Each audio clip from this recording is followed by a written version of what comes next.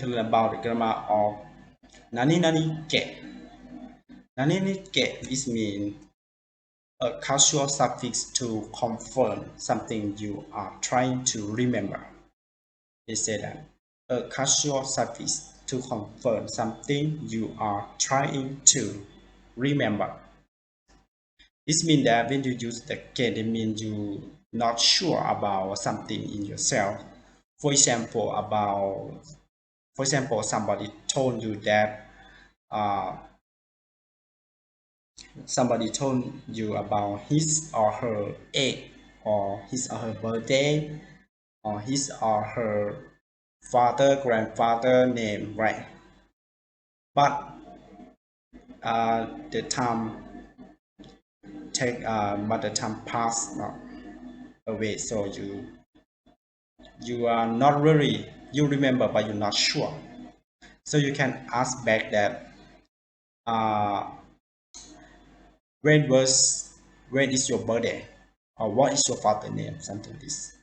So each of it is, in the case like this, you can say get to help confirm that something like this, but is this true, to confirm something like this.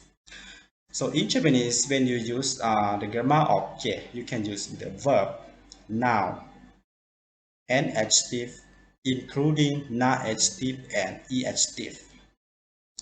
But in the verb, you can use any form, dictionary form, or mass form, or past tense form, depend to you.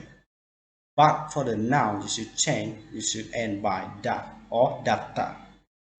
Non-adjective is the same, da or dattake, dattake, something like this. And for the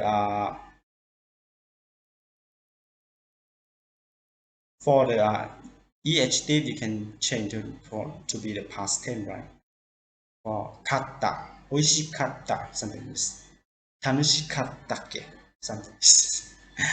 Oishikattake, something like this.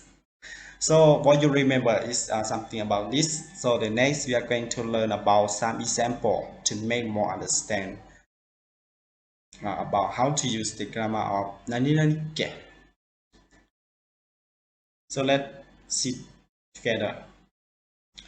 The first sentence, 次のテストっていつだっけ？次のテストっていつだっけ？ This means, when is the next test again? When is the next test again? Or when is the next examination again? Something like this. In a situation like this, that means your teacher or another body already told you that when is the test will be taught, will be taken again, right? But you're not sure, so you can ask back to your friend or somebody else to confirm that is true or not. They can say, 次のテストっていつだっけ? Something like this. And the next example. あなたの誕生日いつだったっけ? あなたの誕生日いつだったっけ? Right. So it means, when was your birthday again? When was your birthday again? That means that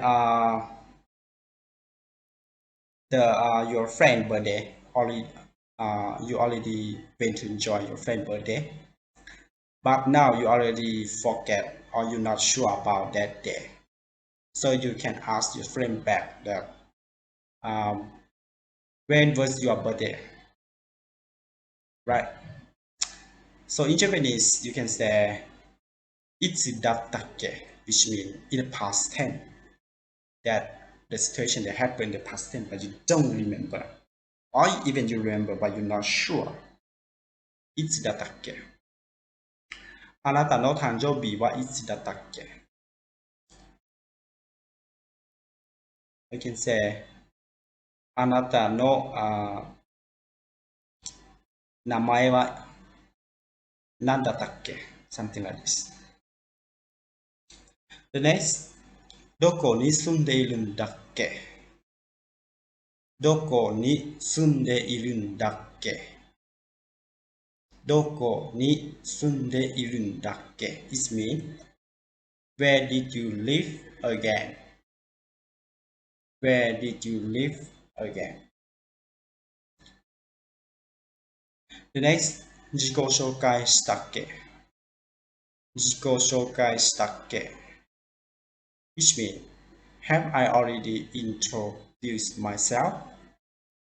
Have I already introduced myself? So for the first sentence, that means doko ni sunde irun dakke, which means that your friend already or another body already told you that where does he live, but you're not sure. Even you remember, you're not sure, so you can say doko ni sunde irun dakke, something like this. And for the second sentence, 自己紹介したっけ? In this case, that means maybe you work in group and many things, and you are really busy at that time, and many people already introduce their self completely, but you're not sure about yourself. Maybe you are too busy, so you can ask back to your friend to confirm that did you already or have you already introduced yourself, to confirm that, because you are not sure. So you can say 自己紹介したっけ? Something like this. So I hope that you understand well about how to use the grammar of dakke. Okay, right. Thank you very much for watching my video clip. And please help me subscribe my channel if you haven't.